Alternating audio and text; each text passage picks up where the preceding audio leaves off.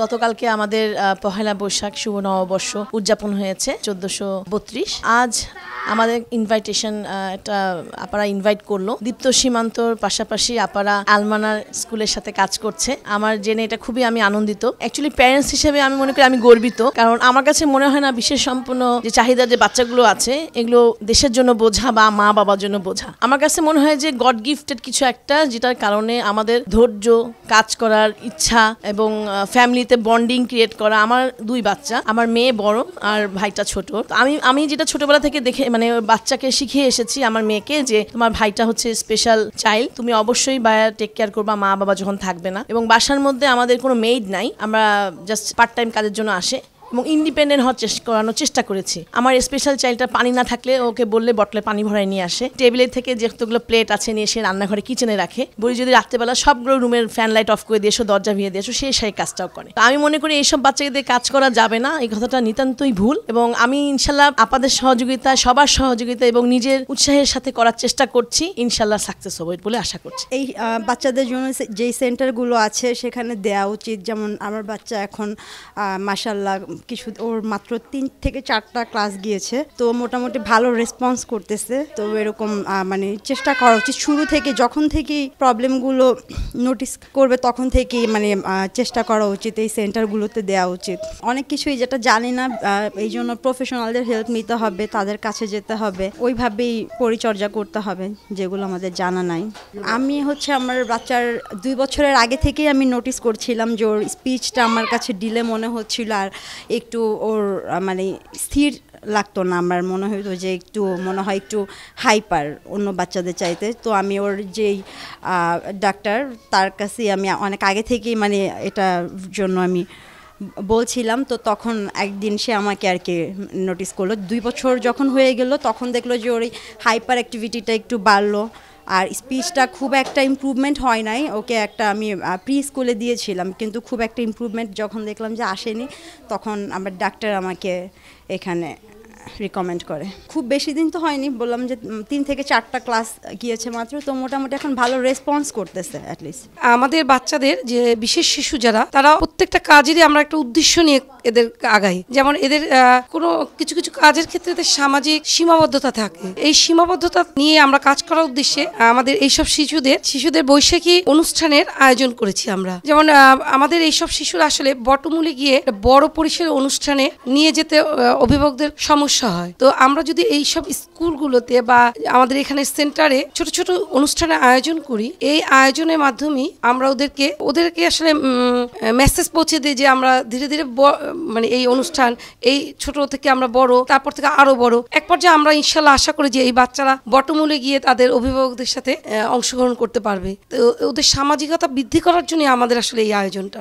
আপনারা জানেন যে প্রত্যেকটা এখন বাংলাদেশের পরিসরে যত হসপিটাল আছে, তারা মেনলি চেষ্টা করছে, যেহেতু আমাদের বাংলাদেশের পরিসরে অনেক বেশি বিশেষ চাহিদা সম্পন্ন শিশু এখন বৃদ্ধি পেয়েছে, তো বিশেষ চাহিদা সম্পন্ন শিশুদের ভালো কোয়ালিটিফুল সম্পূর্ণ কিছু সার্ভিস দেওয়ার জন্যই মানে প্রত্যেকটা হসপিটাল থেকে শিশু বিকাশ কেন্দ্র নামে যে সেন্টারগুলো হচ্ছে, তার মাধ্যমে স্পেশাল বাচ্চাদেরকে সার্ভিস দেওয়ার চেষ্টা করছে। তো সেই উদ্যোগেই আমাদের শ্রদ্ধেয় প্রফেসর ডক্টর ইখলাসুর রহমান স্যারের একটা স্বপ্ন ছিল যে আমরা স্পেশাল চাইল্ডদের নিয়ে আমরা এরকম একটা সেন্টার করব, যেখান থেকে আমরা এই বিশেষ শিশুদেরকে ভালো একটা সার্ভিস দিতে পারি। তো সেই স্বপ্নকে পূরণ করার জন্যই আমাদের আলমানার হসপিটালের শ্রদ্ধেয় MD sir Al Mahmud sir, উনি এই সেন্টারটাকে মেনলি বাস্তবায়ন করেছেন। তো এর পাশাপাশি স্যারের আরেকটা স্বপ্ন ছিল যে এই সেন্টারের পাশাপাশি যদি একটা স্কুল করা যায়। তো আমরা আলহামদুলিল্লাহ 2025 জানুয়ারি থেকে একটা স্কুল চালু করেছি। আমরা চাচ্ছি আসলে বিশেষ এই শিশুদের নিয়ে প্রত্যেকটা বাবা মারই একটা স্বপ্ন থাকে যে আমার বাচ্চাটা একটা বড় পরিসরে একটা অনুষ্ঠানে যাবে, কিন্তু আমরা আসলে পাই না, কারণ আমাদের অনেক ধরনের সীমাবদ্ধতা থাকে। কারণ একটা বড় পরিসরে গেলে এত লোকজন দেখে এত বড় একটা জায়গায় আমাদের বাচ্চারা অনেক অস্থির হয়ে যায়, তার বিভিন্ন ধরনের বিহেভিয়ার ইস্যু শুরু করে। তো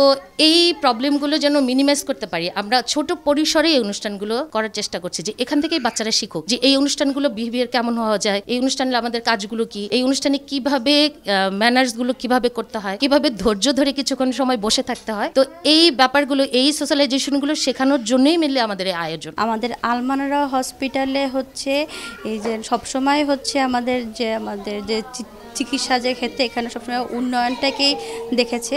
এখন এই 2024 সাল থেকে আমরা এই হসপিটালে গিয়ে আমাদের যে বিশেষ চাহিদা সম্পন্ন যে শিশু বা যে বিশেষ চাহিদা সম্পন্ন যে ব্যক্তিদের, তাদের জন্য আমরা কিছু করতে পারি না।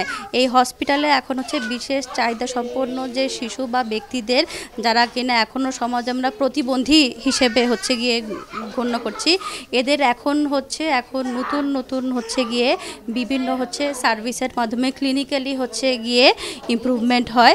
যেমন হচ্ছে গিয়ে স্পিচের ক্ষেত্রে, তারপর যারা হাঁটতে পারে না, ফিজিওথেরাপি।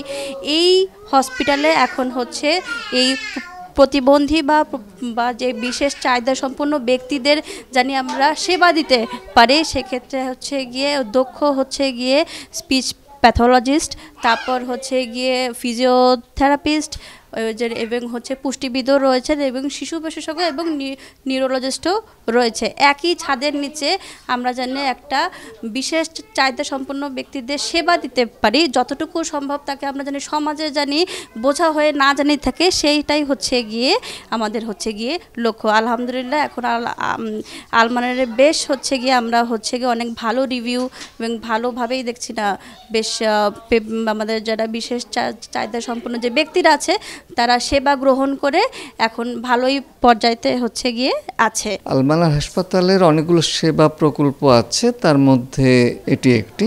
সাইমালটেনিয়াসলি আলমানার ইন্টারন্যাশনাল ওয়েলফেয়ার ফাউন্ডেশনেরও অন্তর্ভুক্ত। আসলে স্পেশাল চাইল্ড তারাই যাদের স্বাভাবিক স্কুলগুলোতে গেলে যাদের নার্চারিং বা পরিচর্যা সেভাবে হয়তো হবে না, তাদের জন্য ঠিক যেভাবে যে ভাষায় তাদের সাথে যোগাযোগ করা দরকার সাধারণ স্কুলগুলোতে সেই পরিবেশটা হয়তো নেই। অথচ এই প্রত্যেকটা বাচ্চার মধ্যেই সুপ্ত বা লুকায়িত কিছু প্রতিভা রয়েছে যা আমরা জানি না। এই সুপ্ত লুকায়িত প্রতিভাগুলোকে নিয়েই কাজ করছেন আমাদের একদল নিবেদিত প্রাণ, বাংলাদেশের যথেষ্ট দক্ষ স্পেশাল এডুকেটর, দক্ষ স্পিচ থেরাপিস্ট, দক্ষ ফিজিওথেরাপিস্ট, নিউট্রিশনিস্ট, সবাইকে মিলিয়ে বাংলাদেশে আরও অনেকগুলো স্কুল ফর স্পেশাল চিলড্রেন আছে। তো আমি যতগুলো ডিসিপ্লিনের কথা বললাম, একসাথে এক ছাদের নিচে এতগুলো ডিসিপ্লিনের স্পেশালিস্ট নিয়ে এই ধরনের স্কুল বাংলাদেশ, এটাই বলা যায়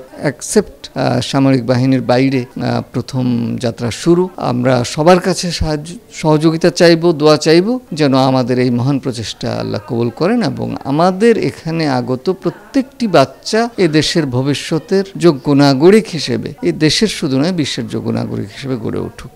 আসলে যারা অটিজমে আক্রান্ত, যারা এডিএসডি-তে আক্রান্ত, এদেরকে প্রতিবন্ধী শিশু বলা হয়। আমরা বলি না এরা বিশেষ শিশু, এদের ভিতরে একটা বিশেষ গুণ আছে, আমাদের কাজ হলো সেই গুণটা আবিষ্কার করা। আইনস্টাইনও এরকম কারোর সঙ্গে কথা বলতো না, কিন্তু পরে তাকে স্পেশাল কেয়ার দেওয়ার পরে দেখা গেল সে বৈজ্ঞানিক হয়ে গেল। তো আমাদের কাজ হলো এই সমস্ত শিশুদের বিশেষ গুণটা চিহ্নিত করা এবং সেই গুণটাকে বিকশিত করা, এটা আমাদের একটা লক্ষ্য। আর একটা লক্ষ্য হলো এই সমস্ত যারা শিশু আছে তাদের লেখাপড়ার খুব একটা ব্যবস্থা নাই, এবং তাদের লেখাপড়া সুন্দরভাবে নতুন পদ্ধতিতে লেখাপড়ার জন্য আমরা একটা স্কুল খুলেছি। আমার 4 জন শিক্ষক, অভিজ্ঞ শিক্ষক আছেন, তারা তাদের বিভিন্ন ধরনের শিক্ষার ব্যবস্থা করে। এছাড়া কিছু আছে সেরেব্রাল পলসি, সিপি, হাঁটতে পারে না, বসতে পারে না, তাদেরকে আমরা ফিজিওথেরাপি দেই। ফিজিওথেরাপি দিলে ওরা বসতে পারে, দাঁড়াতে পারে, হাঁটতেও পারে। কিছু আছে কথা বলে না, তাদেরকে আমরা স্পিচ থেরাপি দিই। স্পিচ থেরাপি দিলে দেখা যায় আস্তে আস্তে কথা বলে। এখানেও কয়েকটা শিশু আপনারা দেখবেন ওরা আগে কথা বলতো না, এখন কথা বলা শিখে। তো আমাদের প্ল্যান হলো এই সমস্ত বিশেষ শিশুদের সর্বতভাবে বিকশিত করা এবং এদের বিশেষভাবে একটা শিক্ষার ব্যবস্থা করা। আমাদের এখানে সেন্টারটা একটু ছোট, আমরা অচিরে একটা বড় পরিসরে যাব এবং সেখানে আমার বড় পরিসরে আমরা স্কুলটা শুরু করবো ইনশাআল্লাহ। তার জন্য সচেতন হওয়ার জন্য করণীয় হলো আমরা অনেকগুলো লিফলেট লিখি। এই লিফলেটের মধ্যে এই বাচ্চাদের প্রত্যেকের ক্যারেক্টারিস্টিক্সগুলো লেখা আছে, কোন রোগে কি হয়, অটিজম হলে কি হয়, এডিএসডি হলে কি হয় এবং শ্রবণ প্রতিবন্ধী হলে কি হয়, এই সবগুলো লেখা আছে। এটা প্রত্যেকটা সেন্টারে বা প্রত্যেকটা ফার্মেসিতে এটা দেওয়া আছে। তাদেরকে বলা আছে এই ধরনের শিশু পাওয়া গেলে আমাদের এখানে পাঠিয়ে দেবেন, এদের এখানে ভালো সুন্দর ব্যবস্থা আছে। এছাড়া আমরা মাঝে মাঝে বিভিন্ন প্রোগ্রাম করি, এই প্রোগ্রামের মধ্যে এই জিনিসগুলো আরো আলোচনার মাধ্যমে সবাই এটা জানতে পারে। এতে করে জানলে পরে ওরা বুঝতে পারে যে না, এই শিশুটা তাদের জন্য একটা বিরাট, এই শিশুরা তার জন্য কোনো ভারবাহী কিছু না। মানে শিশুটাকেও যদি ভালোভাবে চিকিৎসা দেওয়া হয়, ভালোভাবে এডুকেশন দেওয়া হয়, ভালোভাবে ফিজিওথেরাপি করা হয়, তাহলে একটা নর্মাল শিশুর মতো সে চলতে ফিরতে পারবে।